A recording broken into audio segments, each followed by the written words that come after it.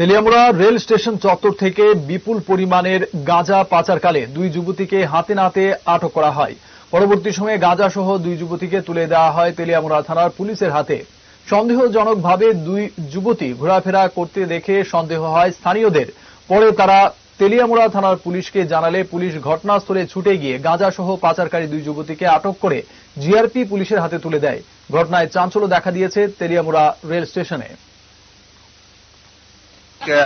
আমাদের লোকাল এবং ক্লাব মিলে সেটা আমরা সার্চ অভিযান নামছি। আইসেরা আমরা পাইছি এখানে ট্রলির মধ্যে দুইটা ট্রলি আছে, ট্রলির মধ্যে যেটা গাঞ্জা আমরা পাইছি।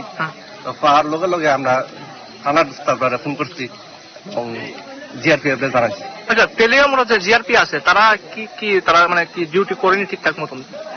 আমার জানা মতে তারা নামের মাত্র এনে ডিউটি করে, কারণ বিগত অনেক বছর ধরে এখানে যারা গাঁজা ব্যবসায়িক বা ড্রাগস ব্যবসায়িক প্রত্যেক দিন ব্যবসা করতেছে, কিন্তু অথচ তারা চোখের সামনে চলছে সবকিছু, এরপরেও তারা অ্যারেস্ট করে না। মানে তারা জানা সত্ত্বেও সবকিছু চলতেছে। হ্যাঁ, কি মনে করতেছেন, একটা লেনদেনের একটা ব্যাপার থাকতে পারে? সম্ভবত হইতে পারে।